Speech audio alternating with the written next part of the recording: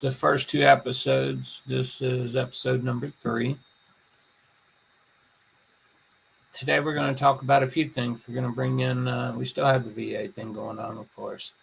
We're going to talk about how people react whenever they find out somebody they love or somebody their friend or even their acquaintances, how they react whenever they find out that something is going on with their friend, with their family member. How they react, how they deal with that. I ran into someone this weekend that I've known for years, one of my best friends. Since all of this has been going on, I haven't talked to him, and it hurt me. It really did. I couldn't understand it. I couldn't fathom losing all of these friends that I had just because I have this disease going on it's not, I can't give this to anybody else. It was given to me by God, not as a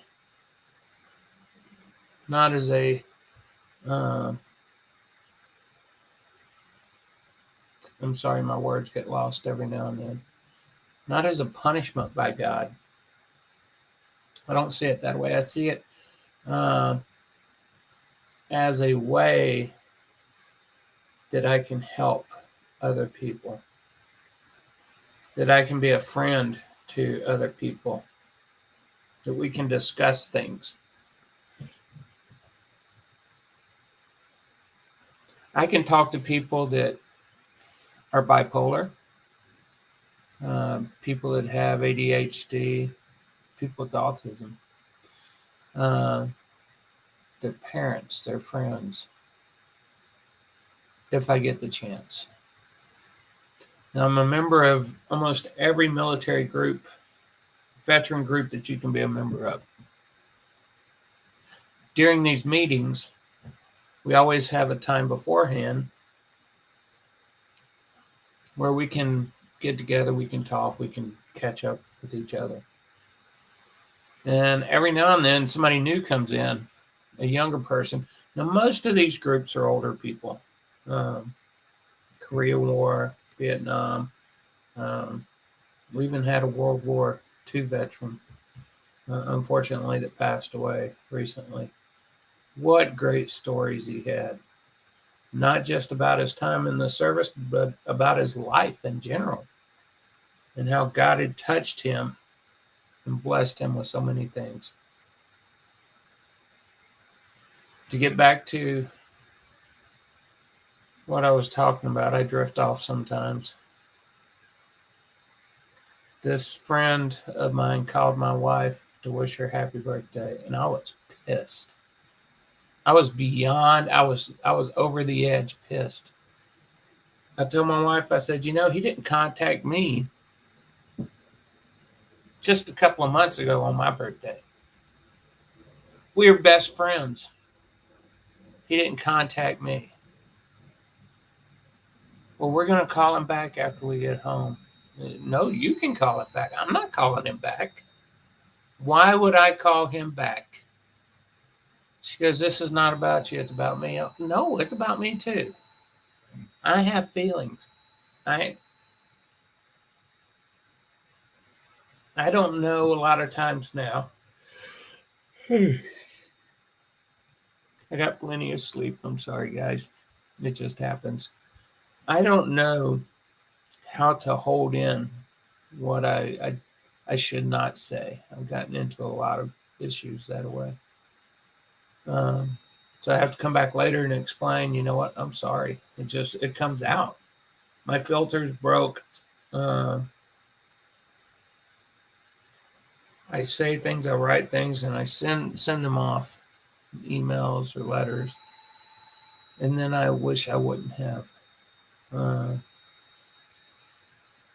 So that hurts people immediately. And I have to call and explain, I'm so sorry.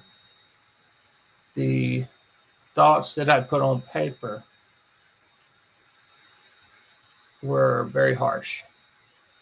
The points that I put in the paper are very real. The actions that I think need to be taken are very real. But I put it harshly. Well, when my wife said that we were going to call him, I said, no, we're not going to. You can call him. Um, I was still pissed at him. So we called, because that's what we do. Whenever the wife says we're going to do something, we're going to do it. I can put up a fight. I can yell and scream. I can. But in the end, I'm a husband. You know, the Bible says that wives are to be submissive to their husbands. Yeah, I think they got that backwards. Uh, Husbands should listen more to their wives. Wives can offer so much wisdom, strength, power. Um, they know what they're doing. And most men like me don't have a clue, not a small clue. So we call, and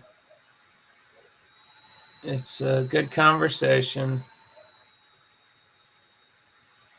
They invite us to dinner because we kept saying we have to get together, have to get together.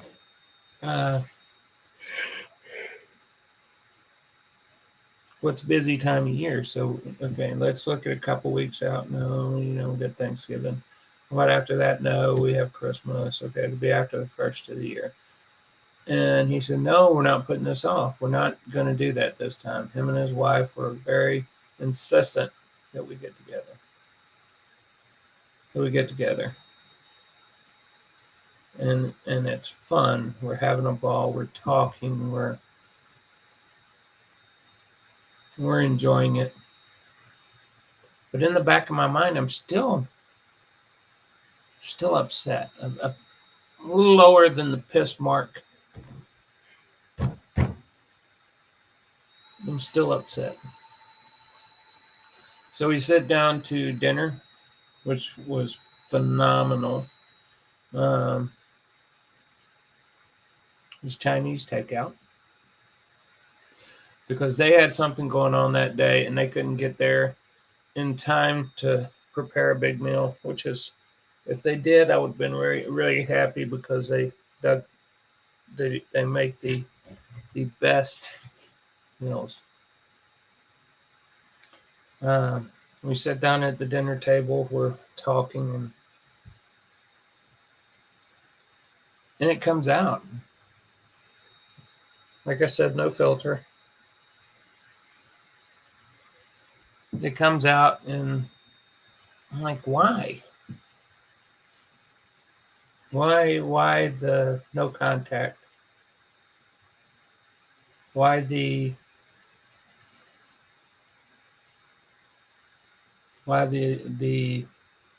complete ignoring me? And I was crying. I was so, everything was coming out, and whenever those emotions come out, tears are right there with them.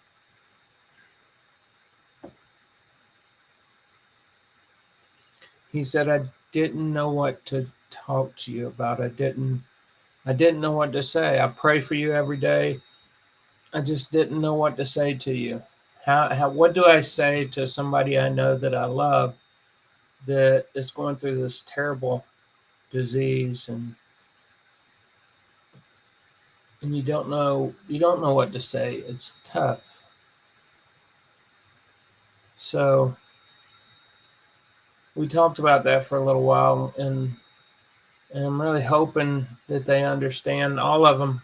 Cheryl, my wife, my friend, his wife, and my kids that were there. I hope they understand that ignoring the situation doesn't make it better. Puts a lot of stress on them, puts a lot of stress on me. I'm open to talking. I will talk to anybody. I'm going live right now. I've given out my phone number and my email, and I will again at the end of this one. Because I want to talk to people. I love talking to people, and being stuck at the house, I don't get to do that. And it's not anybody's fault. It's just what it is, you know. Like I said, I'm put in this position.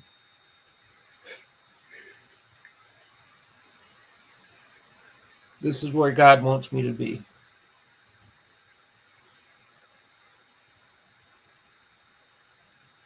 And with the time that I have left, that's what I'm going to do. I'm going to spread God's word. I'm sorry, my eye is just bugging me today. I'm going to spread God's word. I'm going to spread the happiness and joy that He gives me. And I truly hope that I can affect other people. And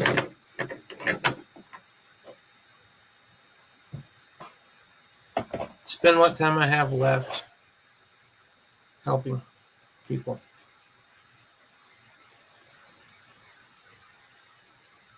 Something there. It's a goal. Because whenever I start talking to people, the emotions come out. And I feel, for me, it hurts whenever I let my emotions get the best of me.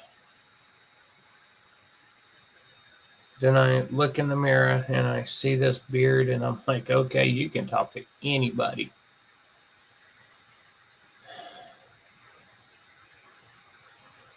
But whenever I talk to people, and I want to talk to people, I'm scared of what I'm going to say.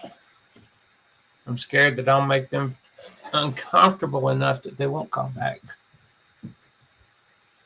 Oh yeah, by the way, I added a chat to the bottom of this thing. Oh, excuse me, to the bottom of this thing.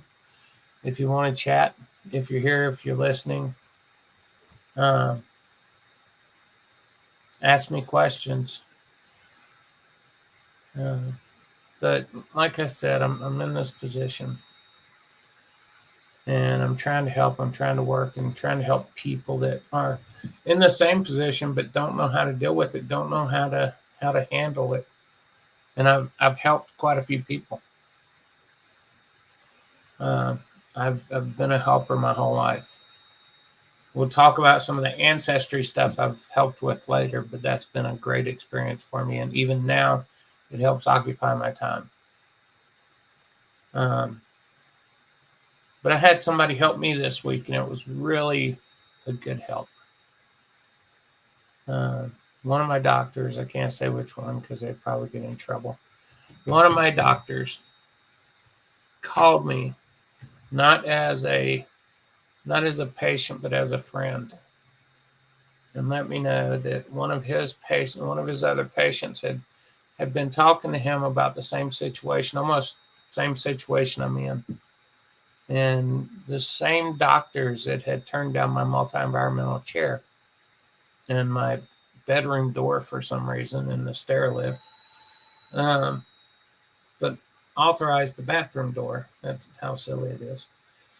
But the same doctors did the same thing, same reasons, said the same words to him about something that he needed to get. In his frustration and digging and hunting, he found a phone number for the VA, or the White House VA hotline. And at the end, I'll look up that number and I will give it to you. The guy that answered was extremely nice, very inquisitive on what the problems are, what hospital it is, what doctors. It's amazing that the talk with him was a hopeful talk. I don't have many hopeful talks with the VA. I'm pretty sure this guy was not employed by the VA, but he did so much to get me hopeful again. And he took all the information. Yeah, I told him about the appeal that I appealed for the multi-environmental chair, and it's been 2 months. And he goes, 2 months? I said, yeah, 2 months. He goes, those appeals should be answered within 10 days. Wow. I still can't get through to the hospital to find out what the appeals status is. And he's telling me that that appeal should have been done within 10 days.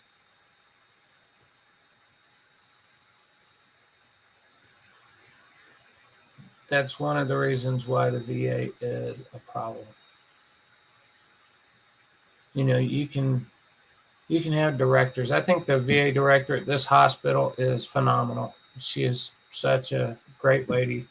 She can do so much, and she has changed it quite a bit. But her hands are tied by the VA. She can only do so much. And then I found out while talking to some of the different departments up there, and, I gained friendship with as many people as I can because that helps. Probably not after they watch these videos if they see them. But I talk to those people in the different departments, and they say, yes, she's come out with this policy. And I said, well, why aren't you doing that? And they say, well, what we're going to do is, all we have to do is we have to wait a while uh, until people forget that there's a policy in place to cover that. And we're going to keep doing it the same way we've been doing it. We've done it like this forever, and we're going to keep doing it because it's the right thing to do. Not we have a new director with new policies, but it's what we've been doing. And that, boy, that gets my goat. What you're doing is not working. What she is trying to implement is a change because what you're doing is not working. And what you're saying is you can put that off long enough that nobody's going to notice. I notice. I try to keep up with the changes that she puts out, the directives that she puts out. And I look at the different departments whenever I go in, and they don't care. There's no accountability. Just as with me applying for the multi-environmental chair, there's no accountability. It's the doctor said you're not medically indicated for a chair. Okay, well, what is medically indicated? Why am I not medically indicated? Well, because she says so. Really? You're her boss. Why does what she says end all of everything? It's the end all, The appeal goes in, it's going to come back to me, and I'm going to have to deny it because she said you're not medically indicated for the chair. Circular conversation. It's what the VA is known for. That's what it's almost like a policy. Circular conversations. People are scared to answer. They're scared to be accountable. There's no accountability, so why not? Why not say it? And, we're not supposed to take VA conversations. It's against the law. Why? Why is that against the law? They're talking to you, about you. It's all about you. So why can't you record it? Because it's all about me. And somebody with my memory issues, I don't remember everything. So whenever they're talking to me, tomorrow I might forget. So if I don't write it down right away, then chances are I'm not going to know it. I try to schedule everything for Fridays because my wife is off and she can listen in on the phone calls, and sometimes they'll even let her participate. But I've moved all those to Fridays because I have to have her there. That's wow. The more I talk about it, the sadder it seems. But it's not. My family knows it's sad. Uh, I know it's sad, but I can't be sad all the time. If I'm sad all the time, I will become one of the 22. I will. I mean, because if it becomes that dark, you can't tell people about it. You've already told them about it. You've shown all the signs. You've started giving things away. You've started planning. You've started planning. Whenever you hit the darkest day, you know what those plans are, and then it's just a matter if you have the guts to do it. A lot of people have the guts to do it.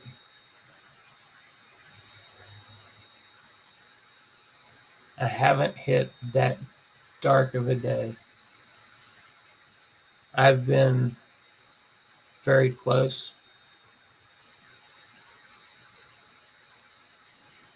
My wife will recognize the symptoms, and we'll start having talks, and we'll try. She'll try and find ways to help me, and uh, she's amazing. She does a really good job. But you get to sometimes you get to that point to where those talks just in one ear out the other, because you don't want to listen to it. You don't want to hear it's all going to be okay, because it's not. I know that it's not going to be okay. I know that um, it's hard to say, but I know that the diseases that I have, regardless of what they are, don't turn out good. The progression of these diseases that I have are a little more advanced than they should be at my age. Cerebral small vessel disease is not common in 40-year-olds, and it's not common really in 50-year-olds. The average age of somebody with cerebral small vessel disease is 80. You really don't recognize it and see it in most people until they're in their mid 60s and up. It could work out that I could live a long life, but at the advanced rate that this is going on, chances are I won't. The VA's answer to everything is, okay, we'll increase the dosage. We'll increase the dosage. I know you're taking 30 pills a day, but what we're going to do is we're going to increase the dosage of this. So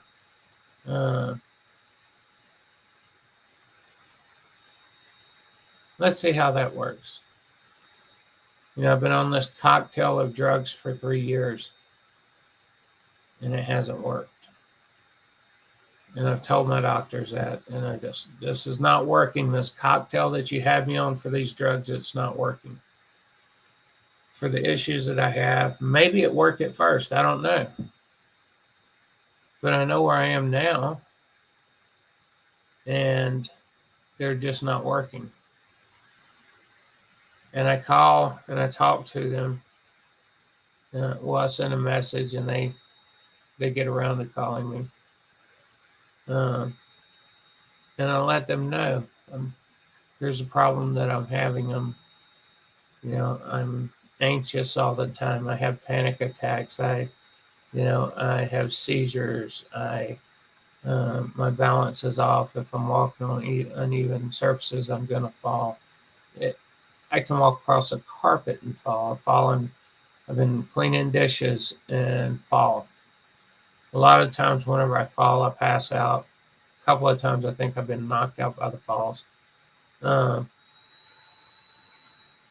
whenever I wake up during those times, a lot of times, whenever I wake up, I've lost memory.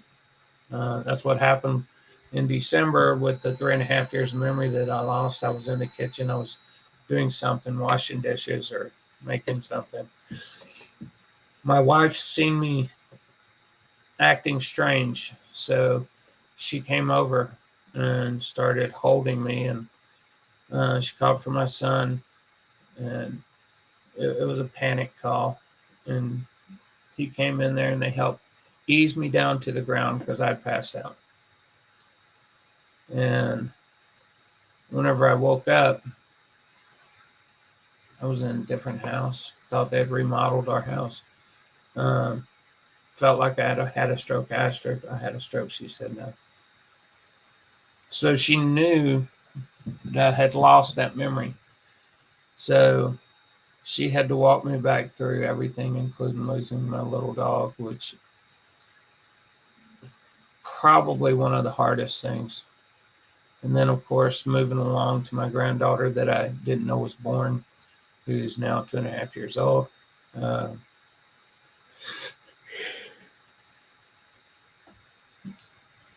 just life.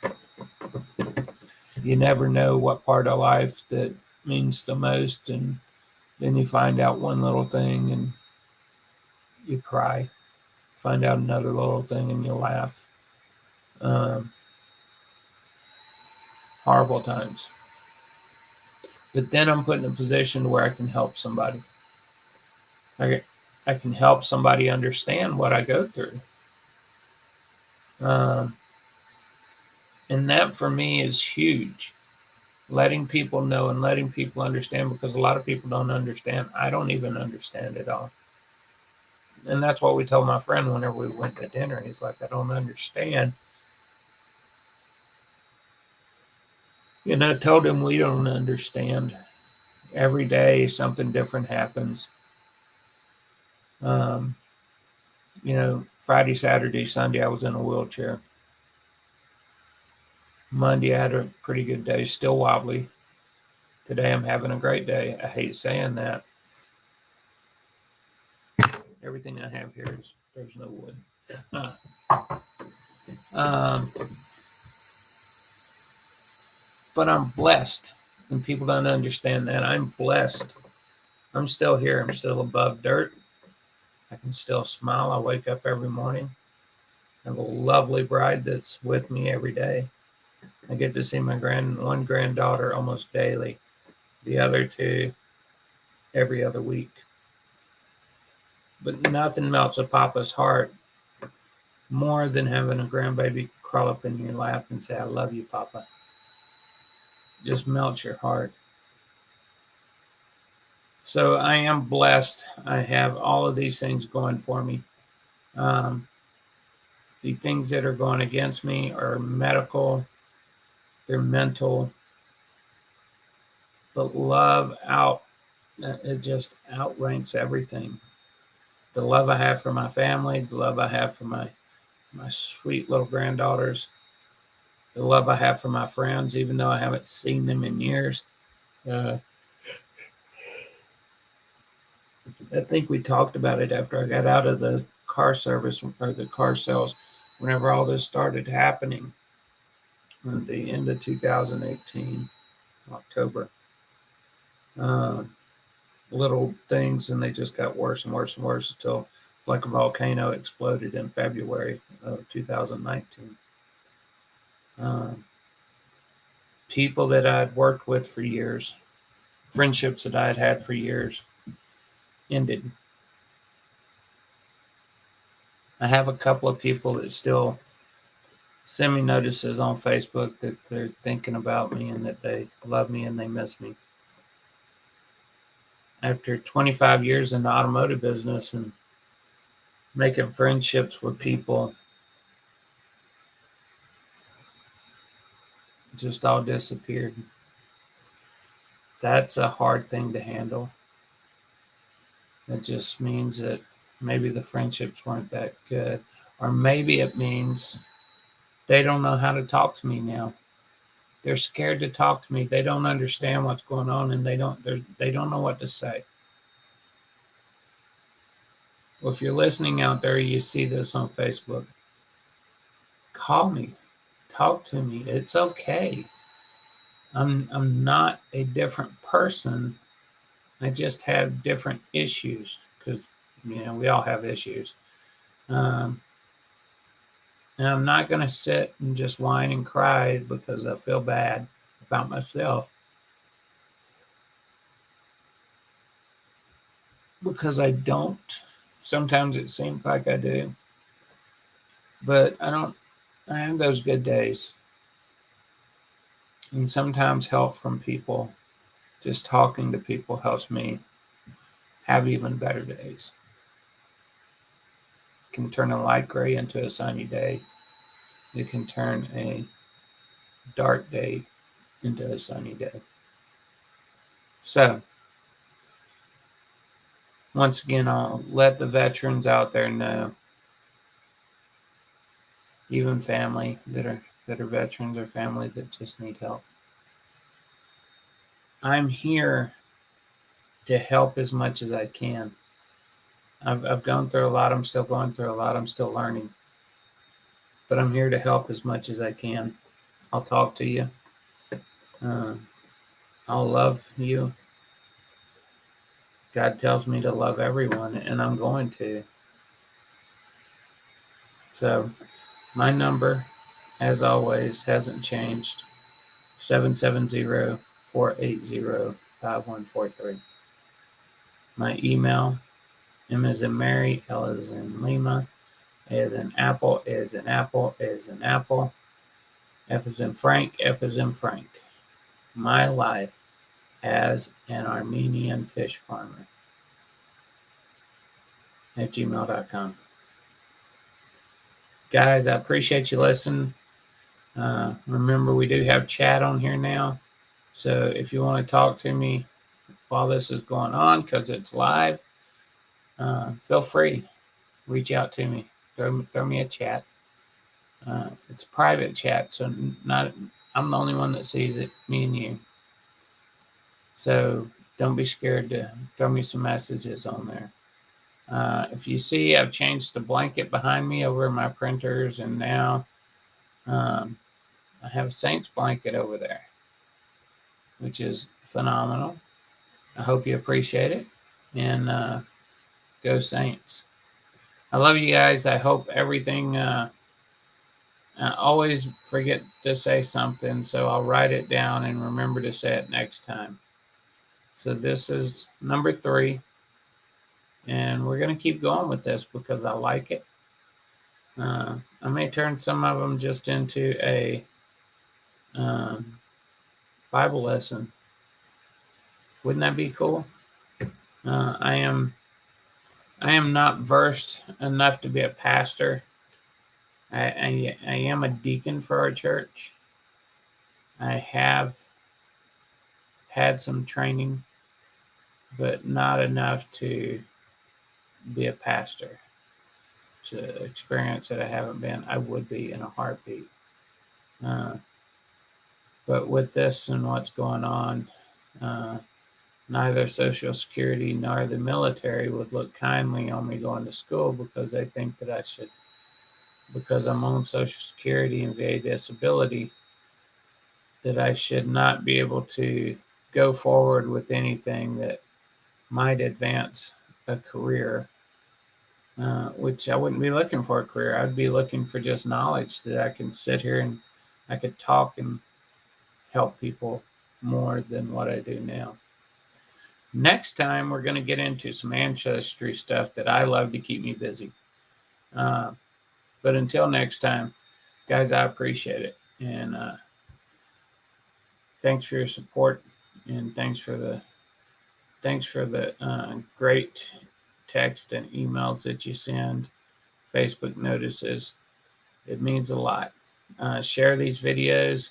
You have friends that are veterans. They can reach out. So just share the video. I'm not trying to hide it from anybody. I really want it out there. I want people to see it. So throw it out there. Let's see what we get, and let's hook somebody like we're fishing. Hook somebody that needs help. All right. Love y'all, and I will see you on the next video.